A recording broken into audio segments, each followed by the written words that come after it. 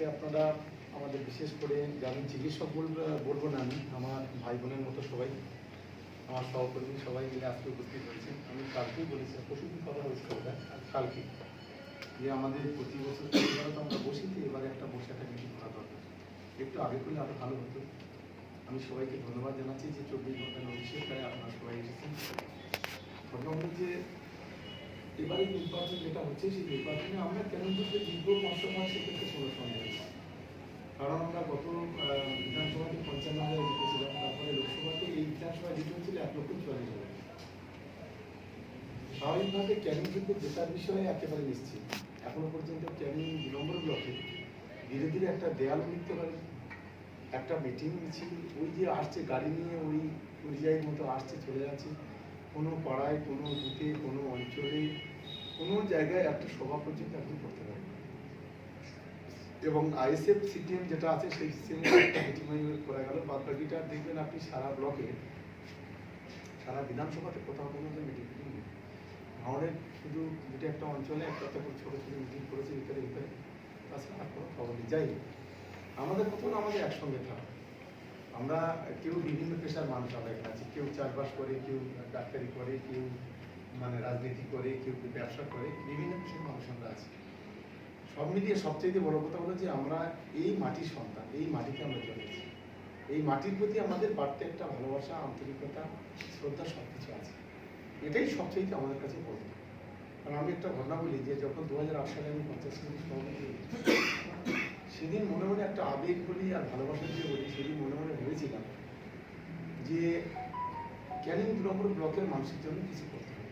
কারণ আমরা বিগত সময় দেখেছি যে একটা গ্রাম থেকে আরেকটা গ্রাম দিতে গেলে 3টে ছিঁড়ে পার হয়ে যেত, মানে আমরা ছিঁড়ে বলি যেটা জল পার হয়ে যেত, বর্ষার সময় হাজার হয়ে যেত। স্কুলের টিচাররা আসবে, এসে এই জীবনতলা থেকে আমরা দেখেছি অনেকে ফিরে যেত, অনেকে যেত, অনেকে যেত না, এরকম নানান সমস্যা আমাদের ছিল। সবচেয়ে আমরা গত 5 বছর প্রাইভেটে গিয়েছিলাম রাস্তাঘাট, কারণ আমরা বুঝেছিলাম রাস্তাঘাট, একটা রাস্তাঘাট হলে কি আসবে, গাড়ি চলবে, 5টা ছেলে তার কর্মসংস্থান হয়, অটো, টোটো, ম্যাজিক, ভ্যান, এটা আমরা চালাতে পারছি, ব্যবসা বাণিজ্য করতে পারবে। তো এইভাবে সর্বাধিক আমরা গুরুত্ব দিই প্রথমে গত 5 বছরে, অন্য কাজের চাইতে আমরা রাস্তাঘাটটা সবচেয়ে বেশি। আমার যদি খুব ভুল না হয়, আমার মনে হয় 90% রাস্তা আমাদের ব্লকে আমাদের বিধানসভাতে করা হয়েছে, 10% বাকি আছে। দ্বিতীয়ত বিষয়টা হচ্ছিল আমাদের বিদ্যুৎ।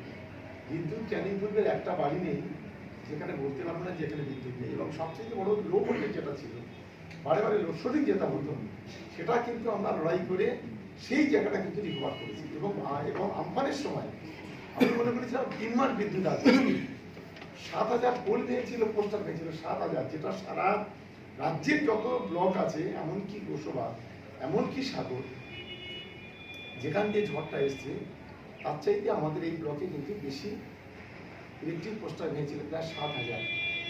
আমরা হয়তো অনেকেই জানেন, আমরা রাত 12টা, 1টা, 2টো মানে ওই ইলেকট্রিক ডিপার্টমেন্টের চেয়ারম্যান, ডিএম, আমরা জেলা পরিষদে মিটিং করেছি। আর যুদ্ধকালীন তৎপরতায় মমতা বন্দ্যোপাধ্যায়ের ইনস্ট্রাকশন ছিল যে কোনো কথা শুনতে চাইলে 15 দিনের মধ্যে প্রতিবারটি বিদ্যুৎ পৌঁছাতে হবে। তো সেই মতো করে আমরা এই ব্লকের প্রত্যেকটা বাড়িতে বিদ্যুৎ, আমাদের 3টে অঞ্চল ছিল 18 বাকি, এখানে 4 মাসই হতো না আমন ধান, মানে যখনই আমন ধানে তখন মানে মাথার উপরে জল, প্রায় 1.5 লক্ষ মানুষ ওখানে বসবাস করে। সব ছেলেরা কলকাতা, ঢাকা, দিল্লি, রাজস্থান, হরিয়ানা, কেরালা, ত্রিপুরা চলে যেত। সেখানেও আমরা 22 কোটি টাকা খরচ করি। আমরা এই 5 বছরের মধ্যে আমরা কিন্তু সেখানে পাহাড়ি মানুষ আমরা সেখানে করেছি। এখন কিন্তু আর ছেলে মেয়েদের বাড়ি যেতে হয় না, এখন তারা সেই ঝাঁটা যদি করে তারা কিন্তু বাড়িতে পারে।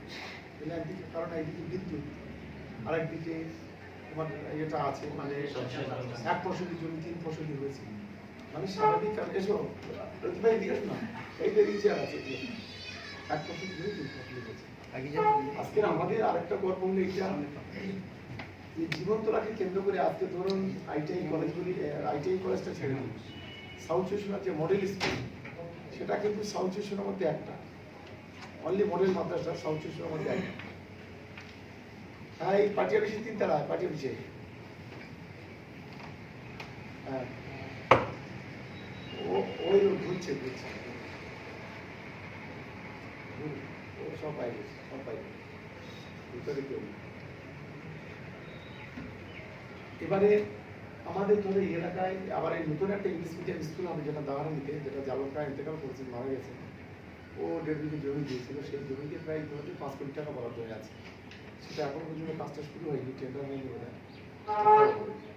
আমাদের ধরো বাগমারিতে মডেল স্কুল ইংলিশ মিডিয়াম, যেটা আমাদের ছেলেরা বাংলা ছাড়া এক কোনো ইংলিশ বলতে পারতো না। আজকে ওই স্কুলে যে কটা ছেলে মেয়ে আমি দেখেছি আমাদের এই মডেল স্কুলে, একদম ইংলিশে মানে কি বলবো, মানে জলের মতো একদম। হ্যাঁ, ইংলিশ বলে। তারপর আমাদের ইংলিশ মিডিয়াম মাদ্রাসাটা আছে, যখন আমাদের বিদ্যালয়টা আছে, হয়তো এখানে আমরা খুব বেশি বেনিফিট পাইনি। মানে এখানে যারা একবার জিনিয়ার ছেলে মেয়ে 80-90% মার্কস আছে, একমাত্র তারাই কিন্তু সুবিধা পায়। আমাদের কলেজের সাবজেক্ট আমাদের অনেকটা মানচিত্র আমরা বদলে দিয়েছি। ইনফ্রাস্ট্রাকচার যেমন হয়েছে, তেমনি করে 4টি সায়েন্স সাবজেক্ট ওখানে আমাদের করা হয়েছে। কম্পিউটার সায়েন্সের মতো সাবজেক্টও আছে, যেটা বিগত দিনে ছিল না।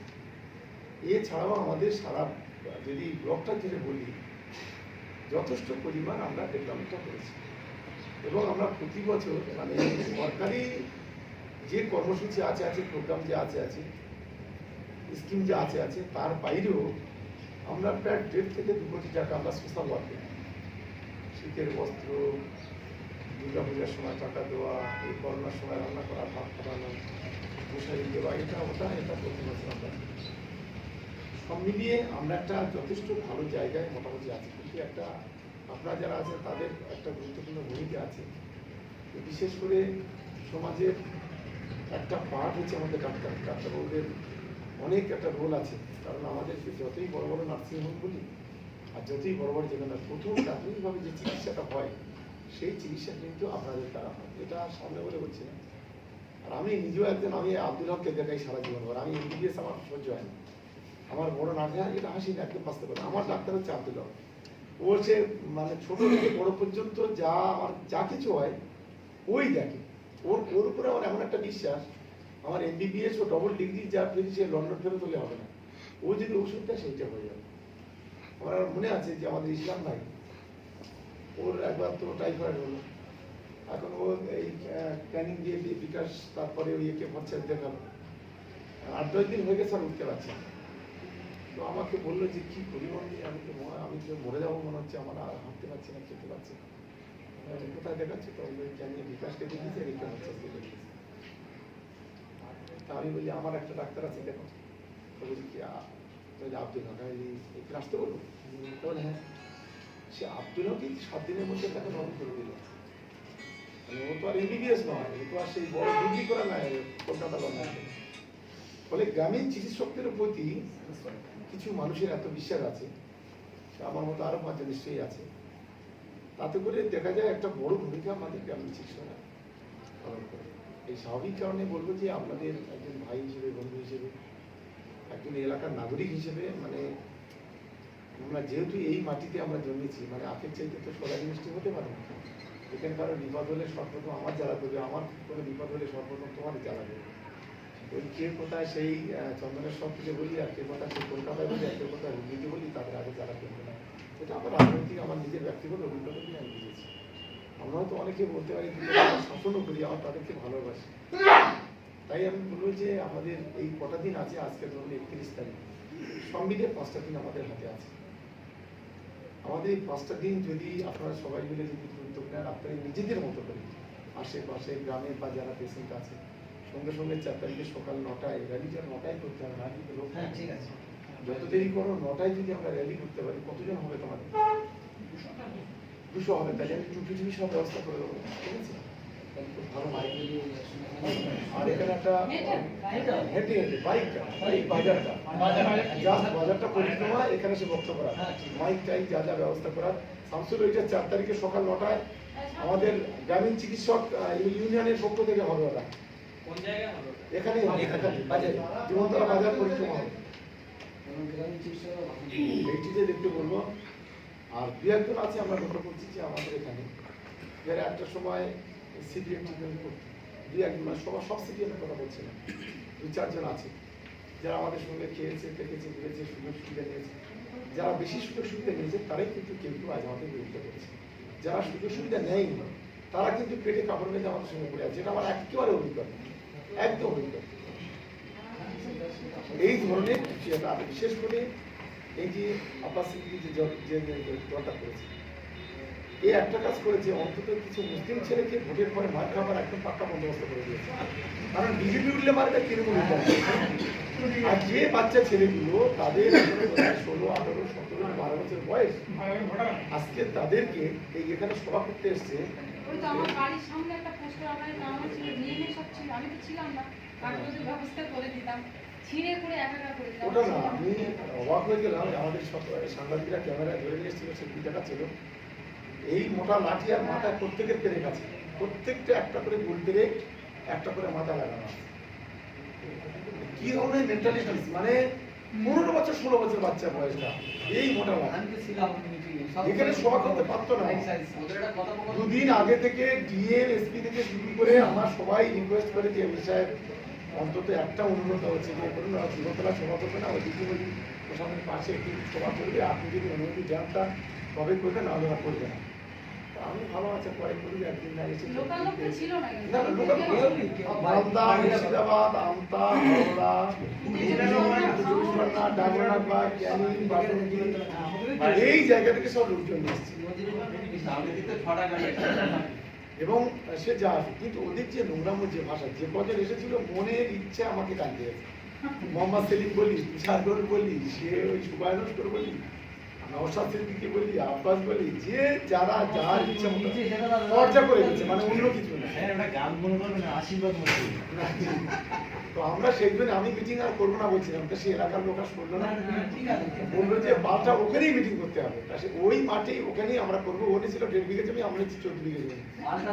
আমরা 3 তারিখে আমরা সভাটা করছি ওখানে। ওর নাম বেশি না নেয় ভালো, না ওর নাম ওর নাম ঠিক করে দিচ্ছি, যে আমরা চেক করে নিচ্ছি, ওর নাম আর নেবে, ওর বাদ দিয়ে বলবে। এবার যা দেখছি, এবার যা বলতে হবে সিপিএমটাকে বলতে হবে।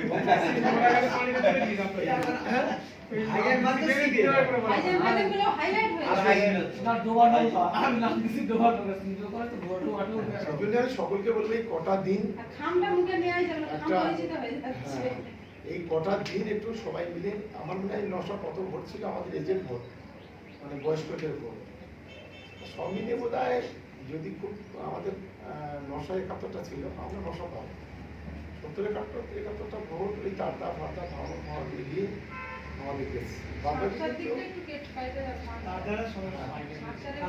তারদা দেখা বলি তার, আমরা গত বিধানসভাতে তারদা হেরেছিলাম, 2 হেরেছিলাম, 1 হেরেছিলাম, 7 হেরেছিলাম।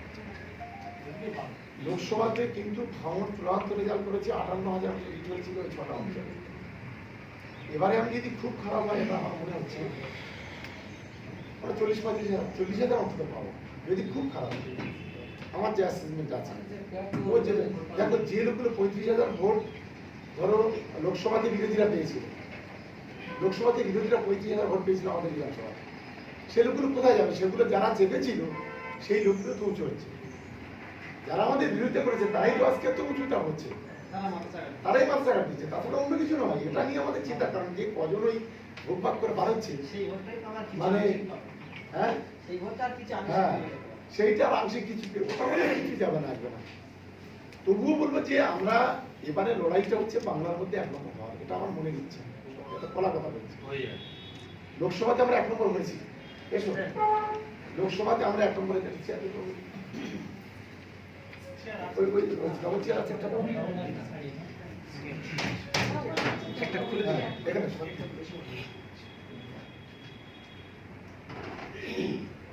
লোকসভাতে আমরা সারা বাংলার মধ্যে 1 নম্বর হয়েছি, এবারে টার্গেট হলো বিধানসভাতে 1 নম্বর, যার জন্য আমরা কিন্তু 1 ইঞ্চি জমি ছেড়ে নিচ্ছি।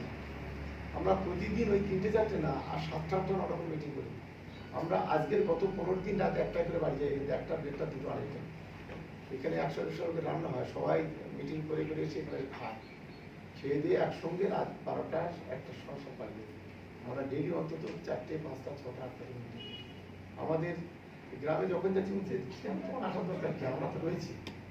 আজকের এতে ভাবলে আমাকে আজকের মোটর দিকে একটা র্যালি করেছি 4 কিলোমিটার, তা আমার মনে হচ্ছে মোটর দিকে 10টা ভোট বাইরে যাবে কিনা, আমার মানে মানুষের মুখের দিকে চাইলেই, মহিলাদের মুখের দিকে চাইলেই বোঝা যায়, তারাই নাচছে, আমি আর কি নাচছি, তারাই নাচছে, পুরো রাস্তা জুড়ে নাচছে, মানে সব মহিলারা এত মানে আমাদের পক্ষে মানুষ আছে। তো সেই জন্য আমি বলবো যে আরো একটু ভালো হবে তোমাদের এই রোড যদি আর 4-5টা দিন একটুখানি অন্তত আর দুটো তিনটে দিন আগে যদি এই মিটিংটা অসুবিধা কি আছে? ওস্তাদের মার এমনি মানে শেষ রাত শেষ বাদই তোমাদের করতে হবে ধরো আমার জন্যই আমাকে ভাই ভেবে বন্ধু ভেবে করতে হবে এটাই হচ্ছে লাস্ট ওয়ার্ড না, সে তো ভাবাই হয়ে গেছে যে সে আসছে না বিপদে পড়লে জানি। কোথায় কিছু না হলে রাস্তায় দাঁড়িয়ে যে আমাদের এমএলএ সাহেব আসছেন, আমরা দাঁড়িয়ে দিতে হবে। যদি বিপদে পড়ে যে বাইরে থেকে আমি লোক কালকে আসবে, ইয়ে থেকে আমি বলছিলাম না একটা ইয়ে থেকে তোমাদের কোথায় মিটিং ছিলাম এই যে আমাদের এই যে আওতায়। হাতে কালকে মানে একটা বুথের একটা আর ছিল তো কত লোক হয়ে যাবে একটা বুথে অত লোক হয় প্রচুর লোক বলে। একটা বুথে অতটা লোক হচ্ছে আমি জীবনে দেখি তাই গিয়ে দেখি পুরো ব্যাটা আমি কটা বুথে গেলে 2-3টে বুথ হচ্ছে না না অনলি করে একটাই বুথ একটা বুথে যা বাড়ি ছিল মানে সব চলে আসছে কিন্তু ওই বলছিলাম না ওখানে আমার ডেভেলপমেন্টটা সবচেয়ে কম হয়েছে ওই রাস্তাটা এখনো করতে পারিনি যেটা খুব ইম্পর্টেন্ট ছিল ওই রাস্তাটা খুবই হ্যাঁ, দরকার। করবো, ওটা করে দেবো ওটা আমি ঠিক করেছি পিস করে দেবো ওটা কমপ্লিট করবো না ওটা একদম পিচের রাস্তা করে দেবো ফার্স্ট প্রায়োরিটি থাকবে সারাঙ্গাতে ওইটা এটা আমি ঠিক করে নিচ্ছি তো যাই হোক সকলে একটু মানে করবেন আর 4 তারিখে সকালবেলা আপনাদের ডাক্তাররা যা আছে সব যেন আসে এই যে যেন সবার সঙ্গে এসে আজকে ধর 3-4 দিন এখন সময় আছে এবার সকালে এখানে 9টায় রেলি করে আমি আমার অভিষেকের মিটিং আছে আমি চলে যাবো একদম 8:30 করলে ভালো হয় আর 8:30 বলে রাখুন 9টায় শুরু হবে অভিষেকের মিটিং আছে 7টায় ছেড়ে হবে আমরা ঠিক আছে, জবাব দাদা আমাদের গ্রামের চিকিৎসক লাস্ট 8টায় বেরো। তাহলে আমরা তোমরাই সব বলবে আমাদের কেউ বলবে না ওই দিন কেউ বক্তব্য ওই দিন আমাদের ডাক্তারবাবুরাই বক্তব্য রাখবে আর আমাদের কোনো রাজনৈতিক নেতা বক্তব্য রাখবে না ওই দিন আমাদের সময় নেই তোমাদের কি বক্তব্য হয় শুধু আমরা র্যালি থাকবো বাজারটা ঘুরে এসে র্যালি এখানে হবে তোমরা বক্তব্য শুরু করে দেবে। তোমাদের সাথে আপনি প্রেজেন্ট থাকবে না তো ভালো লাগবে র্যালিটা আমরা ততক্ষণ থাকবো তারপরে আমার এই অভিষেকের মিটিং আছে ওর ওখানে 12টায় আমার সেখানে চলে যাবে হয়তো 8 ঘন্টা বসতে থাকবো ঠিক আছে ঠিক আছে, ওই এরকম থাকলে থাকলে হবে। আর অতি সময় তো বুঝতে পারবো